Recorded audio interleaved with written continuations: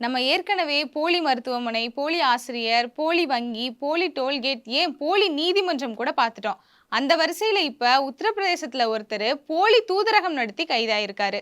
உத்தரப்பிரதேச மாநிலம் காசியாபாத்ல வாடகை வீடு எடுத்த ஹர்ஷத்வர்தன் ஜெயின் அப்படிங்கிறவரு, அதுல பல போலி தூதரகங்கள நடத்தியிருக்காரு. அதுவும் குறிப்பா நாடுகளே இல்லாத பெயர்கள்ல தூதரகங்கள் நடத்தியிருக்காரு.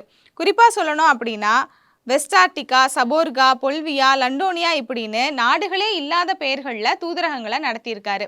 நேற்று இவரை கைது பண்ணியிருக்காங்க. அது மட்டும் இல்லாம இவர் வீட்ல நடத்தப்பட்ட சோதனையில கிட்டத்தட்ட 44 லட்சம் பணம், சொகுசு கார்கள், அது மட்டும் இல்லாம போலி நம்பர் பிளேட், போலி பாஸ்போர்ட், போலி பான் கார்டு அப்படின்னு எக்கச்சக்கமான போலி ஆவணங்கள போலீசார் கைப்பற்றியிருக்காங்க.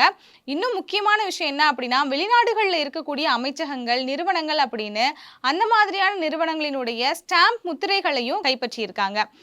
இது மட்டும் இல்லாம நடத்தப்பட்ட விசாரணையில தான் இன்னொரு முக்கியமான விஷயம் தெரிய வந்திருக்கு. என்ன அப்படின்னா, வெளிநாடுகள்ல வேலை வாங்கி தருவதா சொல்லி கிட்டத்தட்ட கோடிக்கணக்குல அவர் மோசடி பண்ணியிருக்காரு. பிரதமர் நரேந்திர மோடி, யோகி ஆதித்யநாத் கூடலாம் இருக்கிற மாதிரியான புகைப்படங்கள காமிச்சு, அதுலயும் கோடிக்கணக்குல இவர் மோசடியில ஈடுபட்டிருக்காரு.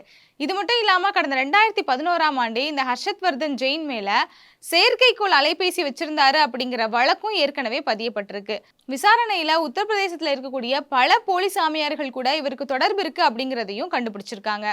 பீகார், உத்தரப்பிரதேசம், குஜராத் போன்ற பாஜக ஆளக்கூடிய மாநிலங்கள்ல இப்படி போலியான நிறுவனங்களையும் அரசு அலுவலகங்களையும் நடத்துறது அப்படிங்கிறது வாடிக்கையாயிருச்சு. நமக்கு தெரிஞ்சே இப்படி ஒரு சில பிரச்சனைகள் இருக்கு அப்படிங்கிறப்போ, இன்னும் தெரியாம எத்தனை போலியான விஷயங்கள் நடந்துகிட்டு இருக்கு அப்படின்னு நமக்கு தெரியல. அடுத்து மிச்சம் இருக்கிறது நாடாளுமன்றம் மட்டும்தான். அதையும் வருங்காலத்துல போலியா நடத்துறதுக்கு வாய்ப்பு இருக்கு.